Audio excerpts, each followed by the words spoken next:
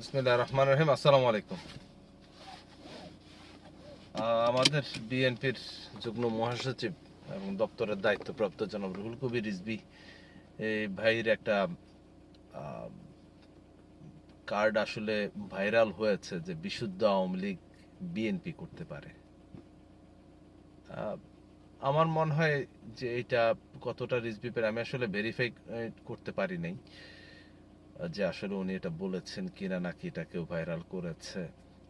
তারপর আমার যেই কথাটা সেটা হচ্ছে যে আওয়ামী লীগ এই নামটার সাথে যারা জড়িত তারা কিভাবে বিশুদ্ধ হয়। আমি আজ পর্যন্ত কোনো ভালো মানুষকে আওয়ামী লীগ করতে দেখিনি। সবচেয়ে নিপাট ভদ্রলোক যে লোকটা আওয়ামী লীগ করেছে তারও মুখ খারাপ, কারণ না কোথাও না কোথাও সে কাউকে গালি দিয়েছে, কারো উপরে ন্যূনতম হইলেও জুলুম করেছে, ধামকি দিয়েছে। আমি কোনো ভালো আওয়ামী লীগ পাইনি, আজ পর্যন্ত পাইনি। যদি কোনো ভালো আওয়ামী লীগ কেউ করে থাকেন, যদি কোনো একজন ভালো আওয়ামী লীগ আমার এই ভিডিও দেখে থাকেন, একটা কমেন্ট করেন, আমি দেখতে চাই আপনি কতটা ভালো আওয়ামী লীগ।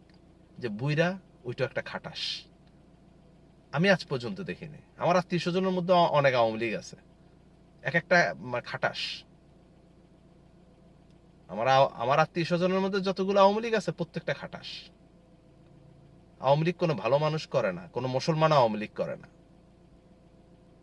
আওয়ামী লীগ হচ্ছে ওইসব নোংরা মানুষদের দল যারা মানুষ এবং মনুষ্যত্ব এই দুইটার মানেই বোঝে না। ধন্যবাদ সবাইকে।